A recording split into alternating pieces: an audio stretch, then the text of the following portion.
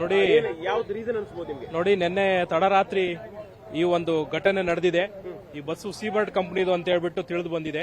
ಇದು ಬೆಂಗಳೂರಿನಿಂದ ಹುಬ್ಬಳ್ಳಿ ಮಾರ್ಗವಾಗಿ ಗೋಕರ್ಣಕ್ಕೆ ಹೋಗುವಂತ ಬಸ್ಸು ಅನ್ನುವಂತ ಮಾಹಿತಿ ಕೂಡ ಒದಗಿ ಬಂದಿದೆ. ಬಹುಶಃ ಇದರಲ್ಲಿ ಸುಮಾರು 15ಕ್ಕೂ ಹೆಚ್ಚು ಜನ ಸಜೀವ ದಹನ ಆಗಿದ್ದಾರೆ. ಅತ್ಯಂತ ಹೃದಯ ವಿದ್ರಾವಕವಾದಂತಹ ಘಟನೆ ನಮಗೆ ಆಗಿರುವಂತದ್ದು, ನಮ್ಮ ಭಾಗದಲ್ಲಿ ಆಗಿರುವಂತದ್ದು ನಮಗೆ ತುಂಬಾ ನೋವು ಕೊಟ್ಟಿದೆ. ಬಹುಶಃ ಸರ್ಕಾರ ಖಾಸಗಿ ಬಸ್ಸುಗಳ ಸುರಕ್ಷತೆಯ ಗಮನವನ್ನು ಹರಿಸಬೇಕು ಅನ್ನುವಂಥದ್ದು ಮತ್ತೊಮ್ಮೆ ಸಾಬೀತಾಗಿದೆ.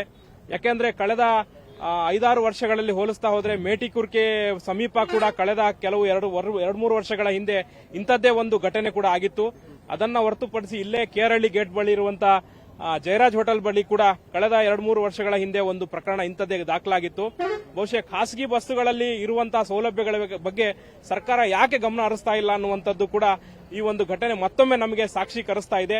ದಯವಿಟ್ಟು ಈ ಒಂದು ಘಟನೆ ಆಗಿರುವಂತದ್ದಕ್ಕೆ ಮುನ್ನೆಚ್ಚಿಕೊಂಡು ಸರ್ಕಾರ ಖಾಸಗಿ ಬಸ್ಸುಗಳಲ್ಲಿ ಇರುವಂತಹ ಸಮಸ್ಯೆಗಳ ಬಗ್ಗೆ ಗಮನ ಹರಿಸಬೇಕು, ಅವಕ್ಕೆಲ್ಲ ಕಡಿವಾಣ ಹಾಕಬೇಕು ಅಂತ ಹೇಳ್ಬಿಟ್ಟು ನಾನು ಈ ಸಂದರ್ಭದಲ್ಲಿ ಹೇಳಲಿಕ್ಕೆ ಇಷ್ಟಪಡ್ತೇನೆ. ಈ ಘಟನೆ ಹೆಂಗಾಯ್ತು ಅಂತಲ್ಲ, ಯಾವ ದಿಕ್ಕಿನ? ಬಹುಶಃ ಇದು ಹುಬ್ಬಳ್ಳಿ ಮಾರ್ಗವಾಗಿ ಬರುವಂತಹ ಒಂದು ಕಂಟೈನರ್ ರೋಡ್ ಅನ್ನ ಕ್ರಾಸ್ ಮಾಡೋದ್ರ ಮೂಲಕ ಡಿವೈಡರ್ಗೆ ಡಿಕ್ಕಿ ಹೊಡೆದು ಬಂದು ಈ ಬಸ್ಸಿಗೆ ಹೊಡೆದಿದೆ ಅಂತ ಹೇಳ್ಬಿಟ್ಟು ಗೊತ್ತಾಗ್ತಾ ಇದೆ.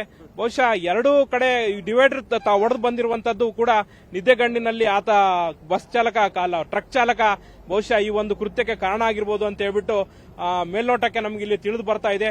ಇಂಥ ಒಂದು ಹಬ್ಬದ ರಜೆಗಳಲ್ಲಿ ತಮ್ಮ ನನಸುಗಳನ್ನ ಕನಸು ಮಾಡಿಕೊಳ್ಳಲಿಕ್ಕೆ, ಅವರ ತಂದೆ ತಾಯಿಗಳನ್ನ ಕಾಣಲಿಕ್ಕೆ ಅಥವಾ ಅವರ ಬಂಧು ಬಳಗವನ್ನು ಕಾಣಲಿಕ್ಕೆ ಹೋಗ್ತಾ ಇದ್ದಂತಹ ಎಲ್ಲ ಪ್ರಯಾಣಿಕರು, ಬಹುಶಃ ಅದರಲ್ಲಿ ಸಾಫ್ಟ್ವೇರ್ ಇಂಜಿನಿಯರ್ಗಳು ಕೂಡ ಇದ್ರು ಅಂತ ಮಾಹಿತಿ ಬಂದಿದ್ದೆ. 2-3 ಜನ ಸಾಫ್ಟ್ವೇರ್ ಇಂಜಿನಿಯರ್ಗಳು, ನವ ತರುಣರು ಕೂಡ ಸಿಕ್ಕಿ ಇದರಲ್ಲಿ ದಾರುಣವಾಗಿ ಸಾವನ್ನಪ್ಪಿರುವಂತದ್ದು ನಮಗೆ ತೀವ್ರ ದುಃಖವನ್ನ ತಂದಿದೆ.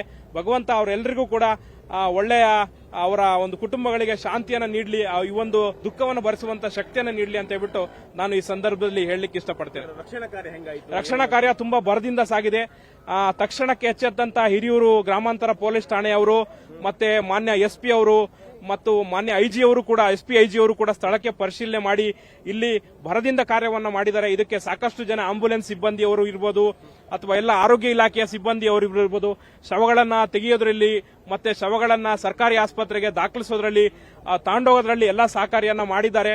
ಬಹುಶಃ ಈ ಭಾಗದ ಸ್ಥಳೀಯರು ಕೂಡ ಅವರಿಗೆ ಸಹಕಾರವಾಗಿ ನಿಂತು ಈ ಒಂದು ರಕ್ಷಣಾ ಕಾರ್ಯದಲ್ಲಿ ಸಹಾಯವನ್ನ ಮಾಡಿದ್ದಾರೆ.